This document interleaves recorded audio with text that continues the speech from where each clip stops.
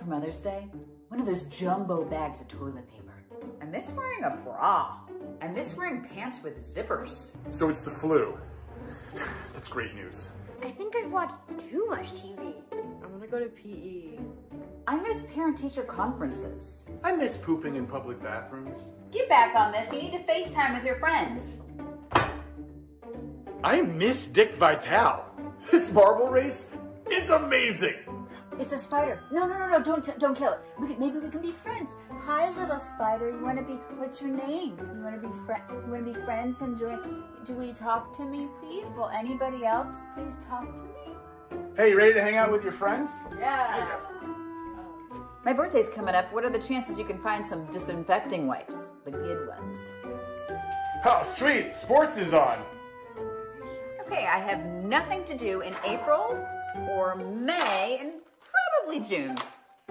That's a red cockadad woodpecker. That's a golden-crowned kinglet. That's a brown-headed nuthatch. No, a yellow-bellied sapsucker.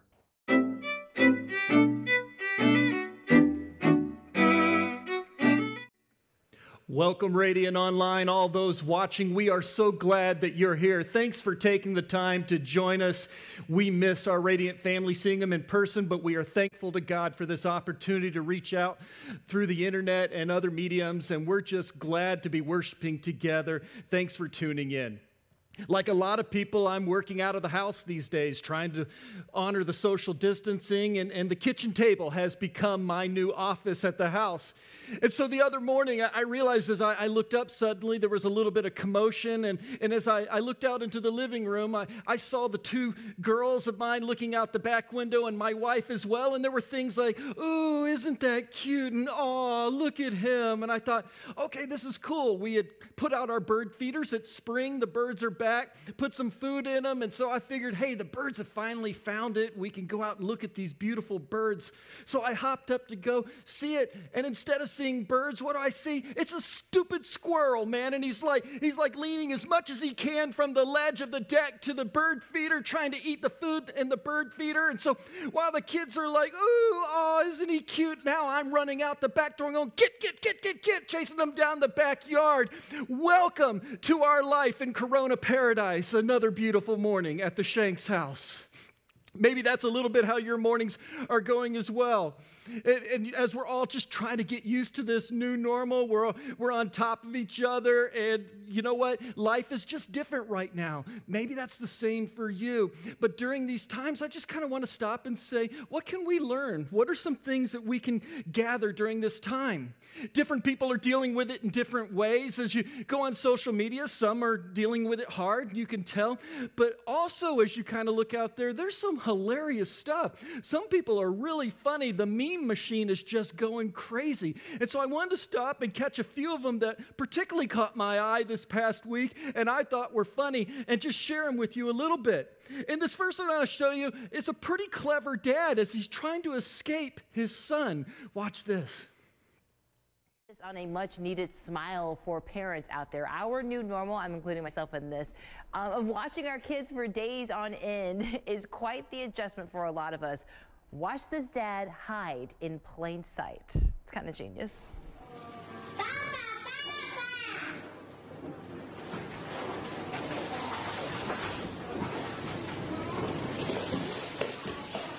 Oh, no, yes. Every time. How did he come up with that? Twitter user Fred Flug shared that this week, and millions of people have seen it, and millions more can empathize and sympathize. All the thighses right now. Look, watch. I'm watching. Get that leg back there. Amazing. It's so good. The preparation that must have taken. Sometimes you just want to read a book. Sometimes you just want to go to the restroom alone. Okay? It's very hard to do. I really do. I'm amazed at all of our parents here who are working, whether you're working from home or working like here in the newsroom, and then going home and being teachers. With it differently, as she's chosen to go a different route. I am not suggesting this one, but it was funny nonetheless. Another person's clearly bored out of their brains during this time as they posted this video on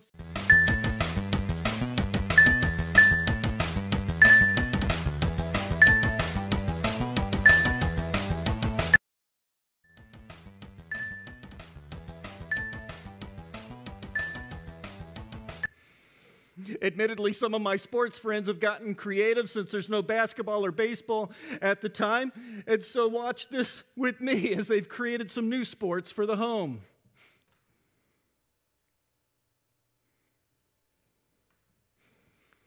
We must not have that one as well. Realizing also that many people are dealing with the lack of toilet paper, hand sanitizer out there. There's face mask shortages. Some other people are getting creative as they go out to stores, wearing things such as this.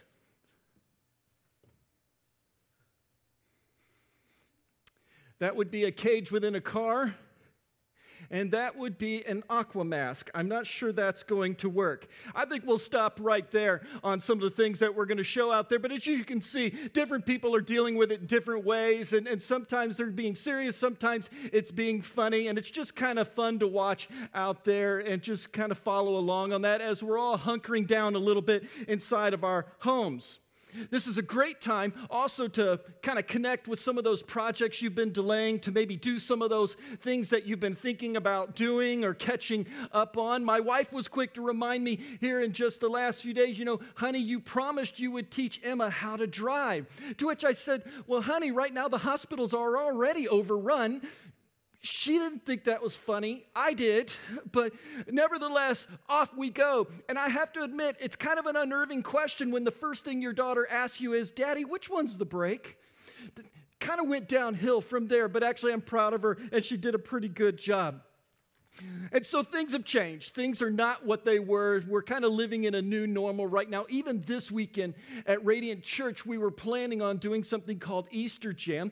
But because of a variety of things, both sickness and just other things not working out, we had to hit the pause button on that and say time out. It's something we hope we can do later on. But for now, we chose to call an audible and go a different direction. And I'm just glad that you're here as we just going to casually take a step back, maybe talk a little bit about some things about parenting and just kind of celebrate some of those things together, maybe laugh a little bit together, and be reminded of some things as parents that I think sometimes we can forget over time. As I remember a little bit watching my daughter and trying to teach her how to drive, you realize there's some things that you just do naturally over time. There's things you don't necessarily think about as much.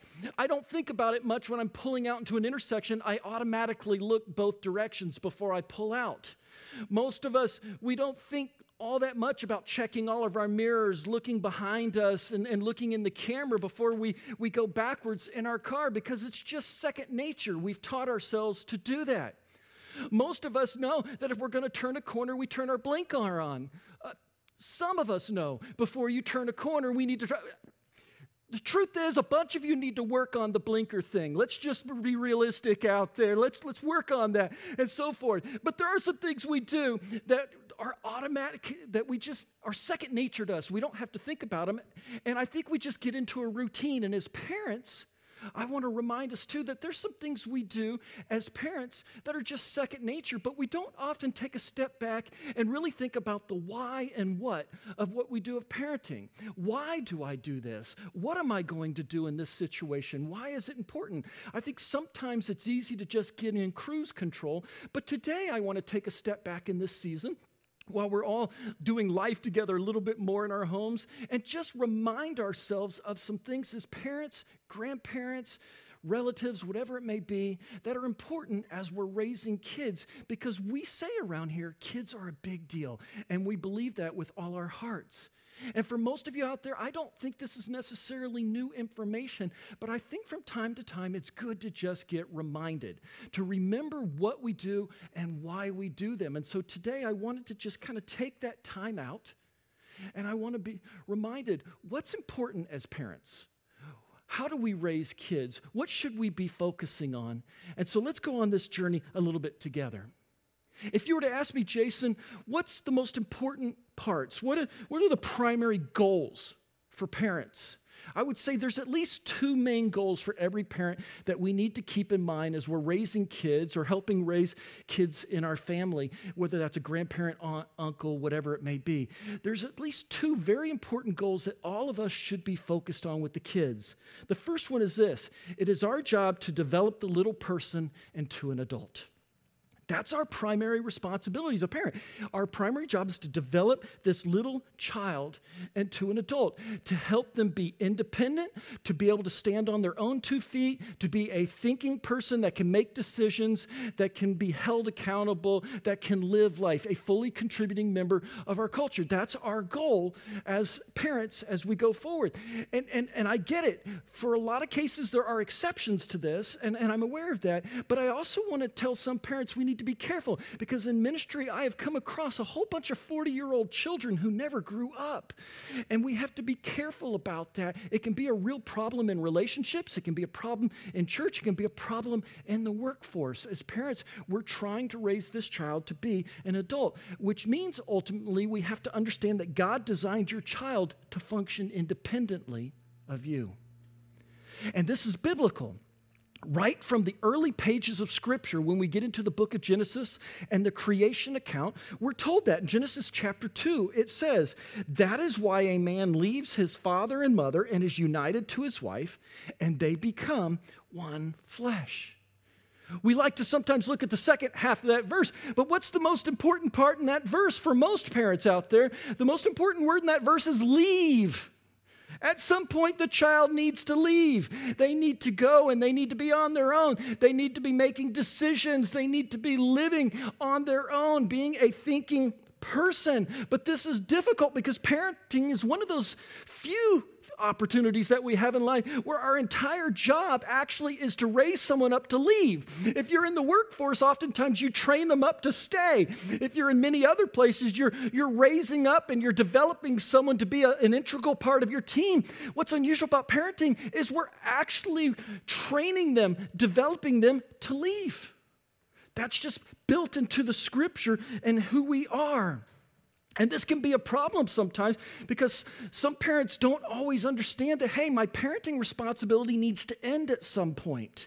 At some point, the two become one and they go off. The Bible does not say the three become one. And what we see sometimes in marriages is a person that goes into it saying, I married my spouse, but I didn't know I was marrying their mom, or I didn't know I was marrying their dad too, because the parenting relationship didn't stop. It didn't move on. And while parents will always have a unique relationship with their children, they will always hold on to that. We have to realize that at some point that parenting piece stops and it has to move on and develop into something else.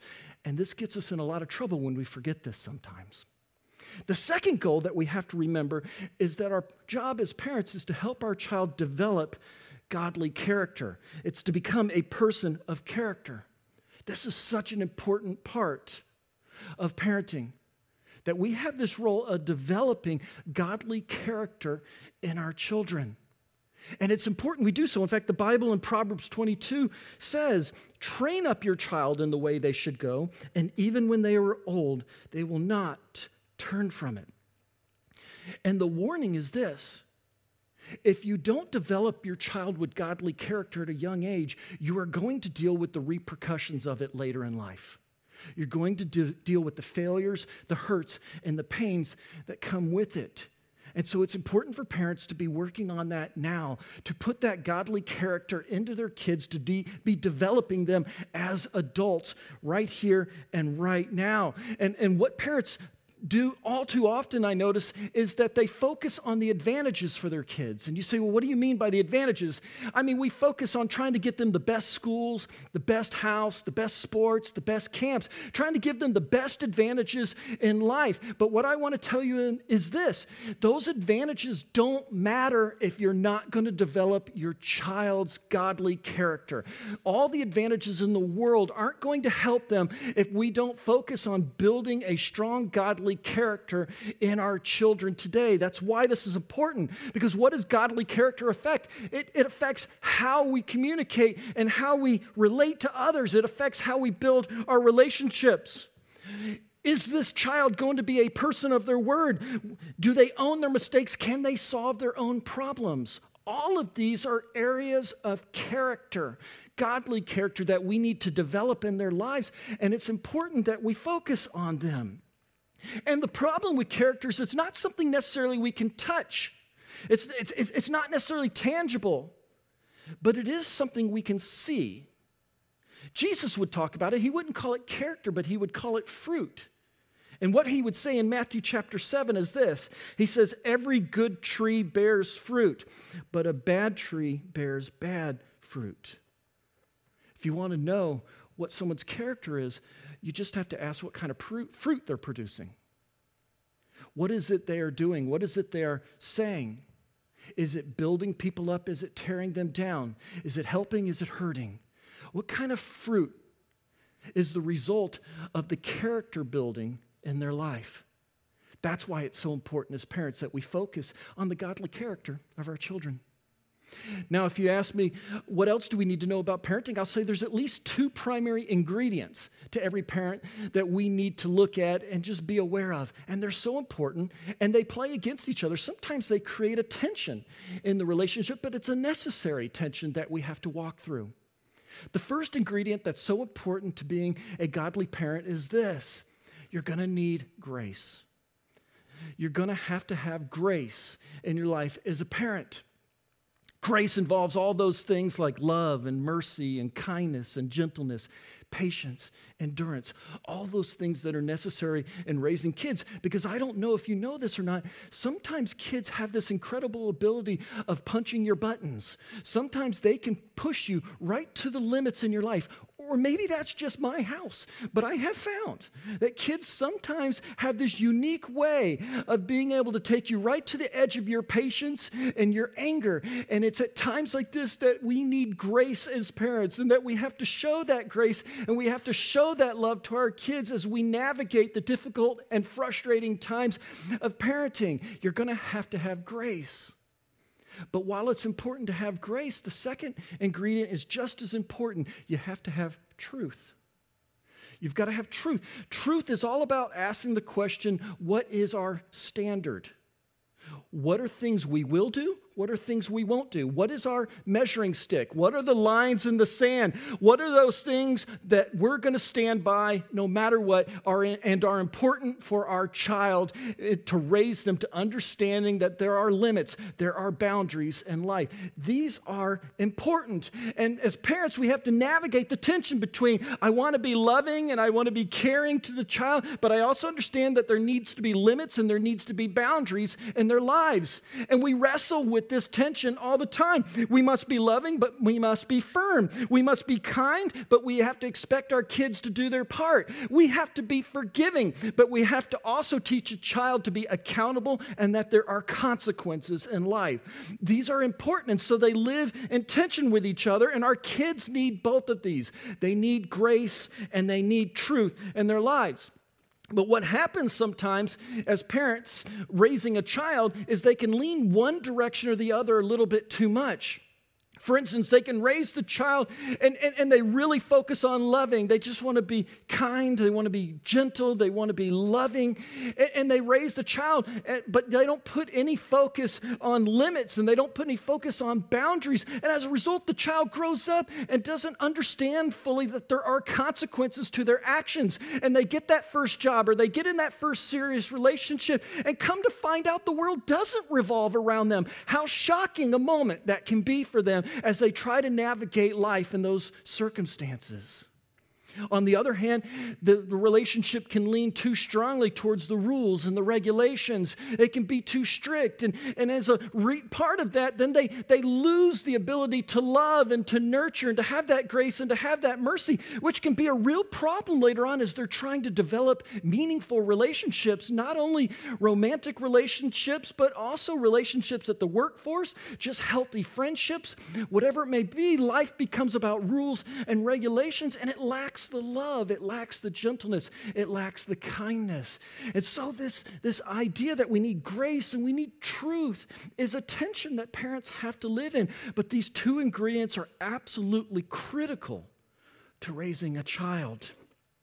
During this season, while we're all kind of closed in together, spending a little more time together, we have the opportunity as parents to be reminded of these key ingredients and these goals as parents. That it is my job as a parent to create an adult that can stand on their own 2 feet. It is my job as a parent to show grace, to be loving, but also to hold the line and have standards and boundaries in all that we do. And it is my job as a parent during this time to focus, even more than I usually have the opportunity to, on building the godly character in my child, to be intentional about this time, to help raise them up so that when they go out later, they will be people of godly character who are able to live their lives, shine their lights, and pass it on to another generation out there. We have an opportunity right now, and I encourage us to take advantage of it. And as I kind of turn the plane a little bit too, there's some things at Radiant Church I want to remind parents of as well, but everyone else. The first thing is this, as we're going through this season and closed in a little bit, as we're isolating or social distancing ourselves, the first thing I want you to remember is this: we love you and we miss you dearly. I can't wait for the time when we all get to come back together again and worship as one body in person. I long for that time. And we've learned that while this technology is awesome, it's not a replacement for that one-on-one, in-person relationship. But we also understand this is a time to be safe, and I want to encourage you to be safe and continue following the guidelines that have been set forth for us. But no, we miss you. We love you. Can't wait to see you again. The second part you need to know is you're not alone. That's the difficulty with social distancing. We want to be honoring what we're supposed to do, and we should be. We should be social distancing. But what I want you to know is this: I don't want you to feel isolated, and I don't want you to feel alone. There are people at this church that would love to talk to you, that would love to engage you, that would love to help you. Don't allow yourself to feel isolated. You are part of a family of believers and a group of people that love you dearly. Don't allow yourself to get isolated during this time. From the day your child is born to the day they... To all of our relationships, show enormous grace at this time. As the walls kind of close in a little bit in our homes and we're all just living on top of each other and experiencing a new normal, may we be a people of grace and mercy during this time. May we find ways to build on our love, find those things that unite us, and just do life together during this time. May we be people of enormous grace. And the fourth thing I'd remind us is be sure to set time aside for God. Not just for yourself, but as we're talking about parenting and raising up kids today, I want you to be reminded that you need to set time aside for your kids also. You know what, as the teachers and the administrators are sending out schoolwork, they're trying to figure out how to do this online schooling thing as well. They're walking through a new normal also. As they're doing that, and we want to develop our kids with education and what they need to go in life, may we also take a step back and say, are we deliberately taking time to develop our kids in the Lord? Are we putting that godly character into them? And part of that is spending time with God, providing them with resources to help them continue in their spiritual journey, to learn more about what it means to be a person of character, what the Bible has to say about being a person of character. We want to help you with some of those resources. Much like the schools are providing you with resources, we realize we want to provide you with some of those resources also. And so practically, I just want to take a step back real quick and talk to some parents and grandparents and caretakers out there and say, here's some resources that I think are really good for you to start on this journey. The first one Pastor Ben already talked about, and that's called the Parent Cue. This is part of our Orange curriculum, which is what we use to teach our kids. That's part of the videos that we see, and it goes along with it. And so it's a very important piece. It's something that allows the parent to continue the conversation from what the kids have learned into the week, to allow them to build on that, to ask questions, and to learn more. And so I want to encourage parents to download the Parent Cue app and continue those conversations into the week. I want to show you a video real quick from the Parent Cue app that I think will do an even better job than me explaining what it's all about. And I hope that it's something that you decide today to download. Watch this video with me if you could. From the day your child is born to the day they graduate, you have 936 weeks. 936 weeks of soccer practice and homework, and teaching them to use deodorant. 936 weeks to instill values, to build character, and to prepare them to face the world. You want to be a great parent, and we're here to help with each moment of parenting gold. Driving your 4th grader to practice, saying goodbye to your 10th grader as he's walking out the door, eating tacos in the kitchen with your 7th grader, tucking your toddler in at night. These moments happen every week, and we want you to be aware of the time you have left, because when you are, you do more with the time you have now. We cue you with easy, just-in-time ideas of things to say, things to do, and things to think about to connect with the heart of your child. Our cues are grounded in God's big story, so your child can discover the power of faith in those everyday moments of life. Every cue fits the context of your child's developmental phase. We cue you when your high schooler won't leave their room, your middle schooler won't pick up their clothes, your 2-year-old won't stop talking. We help you understand these moments, and we help you connect. You only have 936 weeks. You can't afford to waste them. Parent Cue. It's what we do. Download it for free today. You to download the app and check it out. I use it as well. It's a great resource, and there's a lot of other things that are on there. It doesn't even talk about like activity sheets and other opportunities to help engage your child during the week. The other one I want to kind of bring to your attention is a site called YouVersion. Now, a lot of you already have YouVersion out there as maybe your Bible app that you read the scriptures on your phone. It's a wonderful app, and if you don't have it, I encourage you to get it. But what you may or may not know is there's a children's Bible version of it as well, and a children's site associated with it. And there's some amazing stuff on that site that I want to encourage you to check out. For instance, they've taken 41 different stories from the Bible. And in that, there are stories, there are videos, there are stories that you can read to your kid, activity sheets, discussion questions, all sorts of things that can help your child go through an interactive conversation about the Bible and to learn more. And so I encourage you to go explore their website, explore their app. There's some amazing resources on there, very professional, very well done for you to check out as a parent. Another great resource. The third one's just a quick one, and that's our website. As Ben talked about earlier, radiantonline.org/kids. If you go there, you can see the videos that we show each week for the kids that are part of that orange curriculum we talked about. The parent cue sheets can be downloaded on there, as well as some other resources for the children that you can get online. Feel free to go to radiantonline.org and check out all the other resources that are available to you as well. I hope that these are 3 great resources that allow you to continue the conversation as you go into the week, as we really focus on what does it mean to build children of godly character in this world today? How do we raise up young adults in today's world? Use these because there's no better time as this opportunity where we've all kind of had to hit pause, where the busyness has stopped. We have the time right now, even more than ever, to really focus on that spiritual journey. Yes, we want to focus on their education, but how about the Bible too? I think we have a great opportunity. As we start to land the plane and kind of bring this teaching to a close, I also want to recognize that for a lot of us, this has been a difficult time. For many of us, you watch the news, we're told, boy, these next 2 weeks, they're going to be hard weeks. That's what we hear. A lot of people are anxious and they're fearful, and we recognize that. The reality is we're facing an invisible enemy, and it's hard when you're facing an invisible enemy. It leaves us with a lot of uncertainty during this time, and I want to recognize that.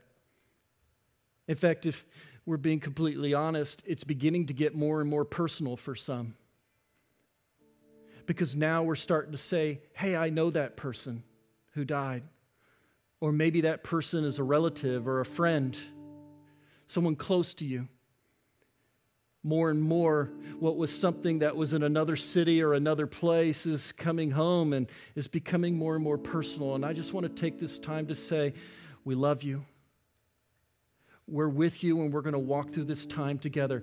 I don't have all of the answers. I wish I had a magic wand to make it all go away, but we can't. What we can do is grieve alongside you. Walk this journey together. And we'd love to pray for you because we believe prayer is powerful. If you would like to be prayed for today, I want to encourage you. If you're watching this at our website, there's a button, Need Prayer, down there, or there's a chat section, and you can just write in there, I would like to pray, and we'll get you to someone that can pray with you.